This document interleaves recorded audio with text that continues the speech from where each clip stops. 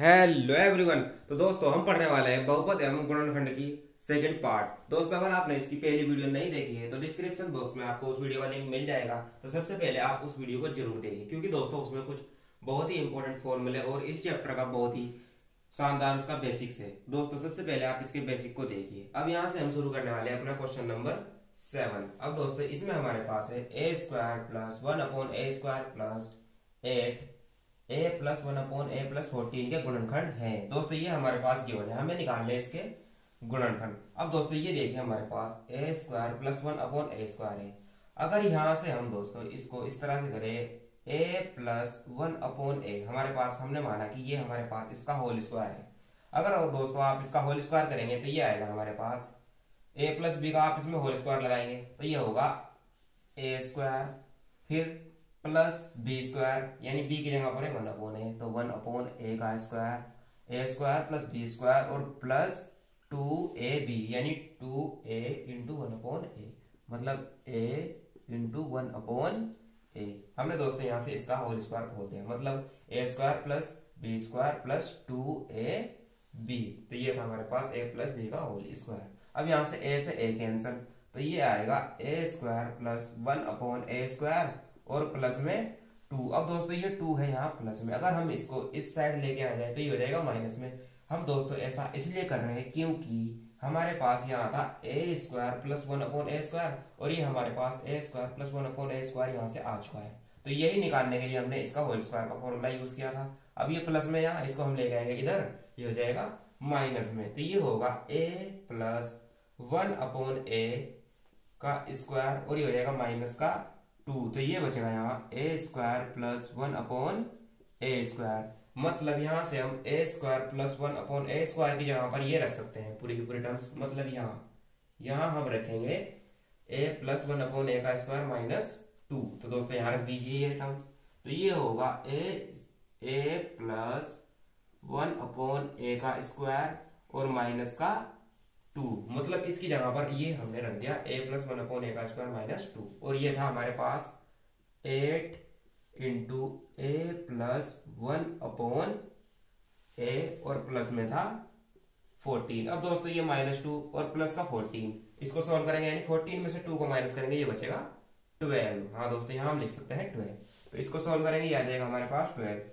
तो ये था a प्लस 1/a इसका स्क्वायर, फिर इसके बाद हम लिखते हैं ये वाले terms plus 8 into a plus 1/a और इसमें से हमने 14 में से 2 को माइनस किया, ये बचेगा 12। अब दोस्तों यहाँ हमारे पास कुछ इस तरह से टर्म्स आ चुके हैं द्विघात समीकरण के रूप में।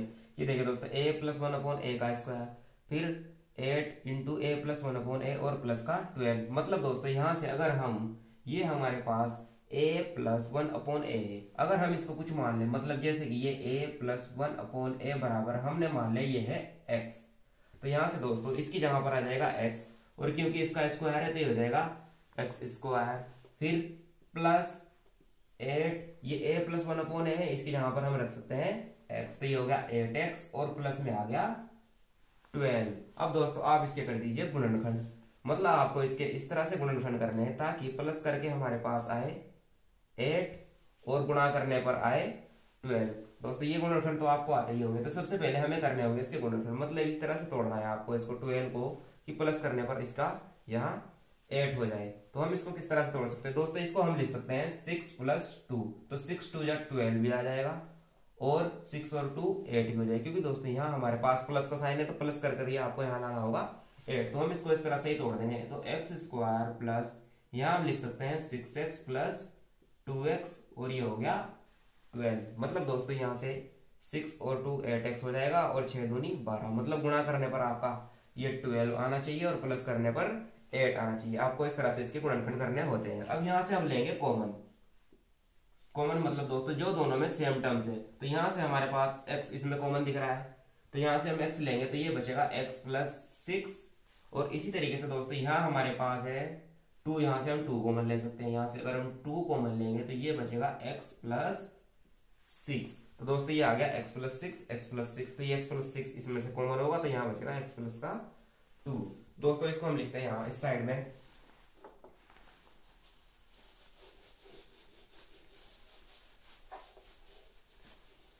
अब दोस्तों ये था हमारे पास x into x plus 6 plus का 2 और ये था x प्लस 6। अब यहां से हम लेंगे ये x प्लस 6 को कॉमन, तो ये होगा x प्लस 6 कॉमन हो गया, तो यहां बचेगा हमारे पास x प्लस 2, क्योंकि दोस्तों यह x प्लस 6 था और ये भी, तो हमने ये कॉमन लिया तो यहाँ बचेगा सिर्फ x प्लस 2। तो हमारा आंसर ये आ चुका है x प्लस 6 और x प्लस 2। तो यहाँ से दोस्तों अब हम x की जगह पर अपना मान रख सकते हैं a प्लस 1 अपॉन a। तो ये x था, इसकी जगह पर हम रख देंगे a प्लस 1 अपॉन a और ये था प्लस का 6, ये एक टर्म हो गई हमारी। इसी तरीके से दोस्तों ये भी x था, इस x की जगह पर फिर से हम यही रखेंगे a प्लस 1 अपॉन a और प्लस का 2। अब दोस्तों इसमें से आप देख लीजिए हमारा ऑप्शन होगा बी। हाँ दोस्तों, क्योंकि ये रहा हमारे पास a plus 1 upon a plus 2 ये रहा, और a plus 1 upon a plus 6, क्योंकि दोस्तों ये इंटू में आप इनको आगे पीछे लिखे उससे कोई फर्क नहीं पड़ता है, तो इसका मतलब ऑप्शन बी होगा इसमें हमारा आंसर। अब देखते हैं अपना नेक्स्ट क्वेश्चन।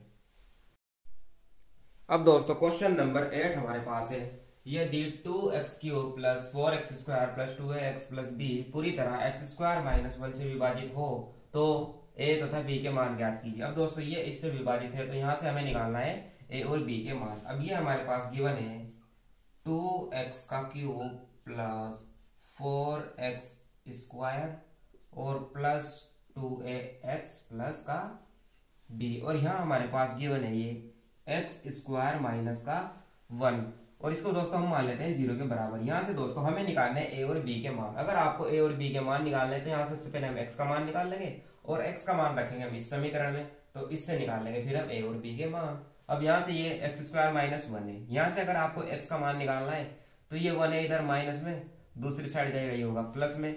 अब यहाँ से अगर हम स्क्वायर हटाएंगे वहां लगेगा रूट, और ये आएगा प्लस माइनस 1 प्लस माइनस के साइन के साथ, तो ये आ गया प्लस माइनस 1। अब यहाँ से दोस्तों 1 को रूट से बाहर निकालेंगे 1 ही आएगा, यानी x बराबर आ चुका है हमारे पास प्लस माइनस 1, यानी x का मान रखेंगे हम एक बार प्लस का 1 और एक बार रखेंगे माइनस का 1। तो ये हमारे पास समीकरण है। यहाँ हमें रखना होगा पहले x बराबर प्लस 1 और फिर माइनस 1।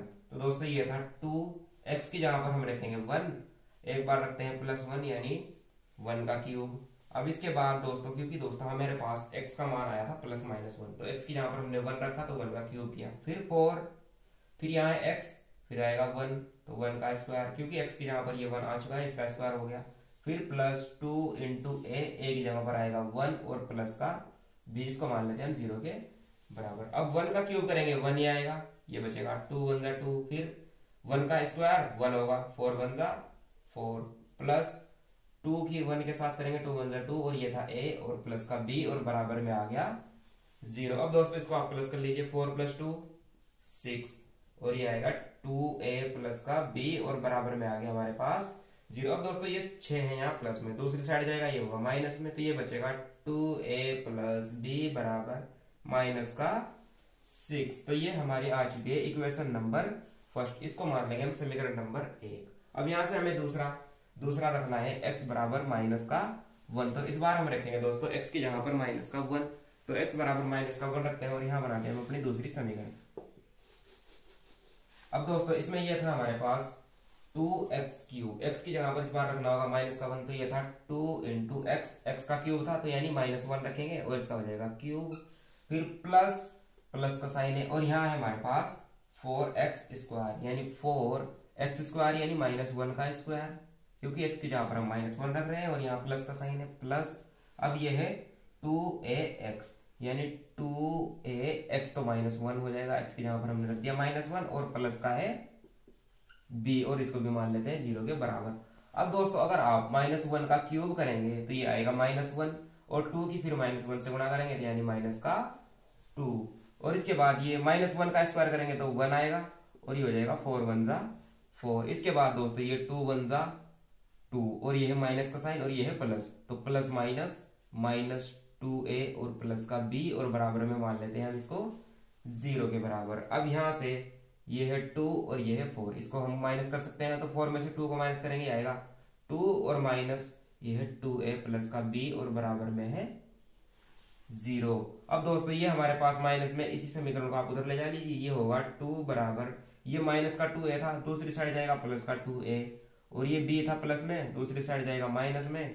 तो ये हमारी समीकरण आ चुकी है 2a माइनस बी बराबर, हम इसको इस साइड करके और इसको इस साइड भेज देते हैं, ये होगा 2a माइनस बी बराबर 2। अभी हो जाएगी इक्वेशन नंबर सेकंड। तो दोस्तों यहाँ हमारे पास दो समीकरण आ चुकी है, एक ये रही हमारी समीकरण नंबर 1 और ये है समीकरण नंबर 2।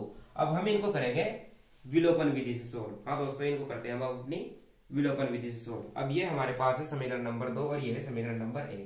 तो यहाँ हम दोस्तों विलोपन विधि से सोल्व करने के लिए इसको रखते हैं इसके नीचे। तो ये आएगा 2a माइनस बी और बराबर में था 2। अब आप इन दोनों समीकरण को सोल्व कर लीजिए। अब यहाँ से दोस्तों ये b है प्लस का और ये है b माइनस का, तो हम इनको कैंसिल कर देंगे, b से b कैंसिल, ये होगा 2 और 2 4a और ये बचेगा यहाँ से -6 और प्लस का है 2। तो 6 में से 2 को माइनस करेंगे आएगा 4, क्योंकि माइनस की संख्या बड़ी है, यहाँ लग जाएगा माइनस का साइन। अब दोस्तों यहाँ ये 4 है, इसके साथ मल्टीप्लाई में, हमें तो a निकालना है, तो इसके साथ गुणा में उधर जाएगा भाग में। तो यहाँ से हमारा जो a बराबर होगा, ये था -4 और a इसके साथ 4 गुणा में था यहाँ भाग में, तो ये हो गया 4 से 4 कैंसिल, यहाँ बचेगा सिर्फ माइनस का 1। तो a बराबर आ चुका है हमारा -1। तो यानी a की जगह पर हम रख सकते हैं -1 और यहाँ से निकाल लेंगे फिर अपना b का मान। अब दोस्तों यहाँ हम समीकरण 1 या किसी समीकरण 2 में रखकर अपना a तथा b के मान निकाल सकते हैं। अब दोस्तों ये थी हमारे पास, इसमें रख लीजिए समीकरण नंबर 2, ये है 2a माइनस बी और बराबर में था 2। आपको रखना है a बराबर माइनस का 1, क्योंकि a बराबर आया था हमारा -1। तो ये है a, यहाँ हम रखेंगे -1 और इसका क्योंकि यहाँ साइन है, और फिर इसके बाद ये है माइनस बी और बराबर में है 2। अब दोस्तों इसकी माइनस से गुणा कर दिए, 2 1 जा 2 और ये माइनस का साइन लग जाएगा और ये है माइनस बी और बराबर में था 2। अब दोस्तों यहाँ से इसके बाद ये है हमारे पास माइनस का 2, इसको दूसरी साइड ले जाएंगे, ये हो जाएगा प्लस का 2, क्योंकि दोस्तों ये था यहाँ माइनस में 2, दूसरी साइड गया ये है प्लस में, यहाँ बचा माइनस बी, 2 और 2 4। अब दोस्तों ये माइनस का साइन इस साइड है तो दूसरी साइड जाएगा, ये हो जाएगा माइनस का 4। तो यानी यहाँ से हमारे पास a बराबर आया -1, b बराबर आ गया माइनस का 4, यानी ऑप्शन बी ये होगा हमारा -1 और -4 इसका आंसर। अब दोस्तों इसमें क्वेश्चन नंबर 9 हमारे पास है, k का मान क्या है यदि x की power 8 plus kx³ minus 2x plus 1 का एक गुणनखंड x प्लस 1 है। अब दोस्तों यहाँ से हमें निकालना है x का मान, नहीं k का मान, और ये हमारे पास गिवन है x की power 8 plus kx³ minus 2x plus 1। अब दोस्तों यहाँ से क्योंकि हमें k का मान निकालना है और इसमें हमारे पास x भी है और k भी है, तो इसका मान लेंगे पहले हम 0 के बराबर। अगर दोस्तों यहाँ से हमें k का मान निकालना है, इसके लिए पहले हमें चाहिए होगा यहाँ से x, और ये हमें गिवन है इसका गुणनखंड, ये गिवन है x प्लस 1, और इसको मान लेंगे दोस्तों यहाँ से 0 के बराबर। जब भी आपको इस तरह से गुणनखंड गिवन हो तो आप इसको 0 के बराबर मान लीजिए और यहाँ से हम x का मान निकालकर इस समीकरण में रख देंगे। तो ये है x प्लस 1, अब उधर जाएगा ये 1, ये आ जाएगा माइनस का 1, यानी x बराबर आ चुका है माइनस का 1। तो यहाँ पर रख देंगे हम x की जगह पर। अब ये था x की पावर 8, इसकी जगह पर आएगा -1, तो ये हो जाएगा -1 की पावर 8, फिर प्लस ये है k, ये है x का क्यूब, x की जगह पर आएगा -1 तो -1 का क्यूब, फिर माइनस का साइन है, ये है 2, x की जगह फिर से आएगा -1 और ये है +1 और बराबर में 0। अब दोस्तों ये है -1 की पावर 8। दोस्तों जब भी अगर हमारे पास माइनस का साइन हो अंदर ब्रैकेट के और उसकी पावर अगर सम संख्या हो, जिस तरह से ये 2 हो गया, 4 हो गया, 6 हो गया, 8 हो गया, ये हमारे पास होती है सम संख्या। अगर किसी की पावर सम संख्या हो और वो माइनस में हो तो वो आ जाएगा प्लस में। तो दोस्तों ये -1 था, ये आ जाएगा +1, क्योंकि दोस्तों माइनस की 1 की आप कितनी बार गुणा करें वो 1 ही आएगा, और क्योंकि इसकी पावर सम संख्या है तो माइनस का है तो प्लस का हो जाएगा, और अगर विषम संख्या हो तो वो माइनस का है तो वो माइनस में ही रहेगा। दोस्तों अब ये है माइनस का, तो यहाँ साइन लगेगा माइनस का, क्योंकि इसकी पावर है विषम संख्या, 3 होती है विषम संख्या, तो यानी प्लस के ये आ जाएगा माइनस का 1। अगर आप -1 की 3 बार गुणा करेंगे -1 ही आएगा। अब ये 2 1 जा 2 और माइनस माइनस प्लस, और ये है प्लस का 1 और बराबर में आ गया 0। अब दोस्तों आप इनको सोल्व कर लीजिए, +1 +2 3 और +1 यानी 4, तो ये आ गया 4, और हमारे पास ये बचा है k की -1 के साथ गुणा होगी, आ जाएगा माइनस का k, क्योंकि ये दोस्तों प्लस माइनस माइनस k और बराबर में था 0। अब यहाँ से हमें निकालना है k का मान, ये है इस साइड माइनस में, उधर जाएगा तो प्लस में, तो ये आ गया k बराबर 4, यानी ऑप्शन डी आ गया इसका आंसर। तो दोस्तों आशा करते हैं आपको हमारी वीडियो पसंद आई होगी। तो मिलते हैं एक नए चैप्टर के साथ अगली वीडियो में।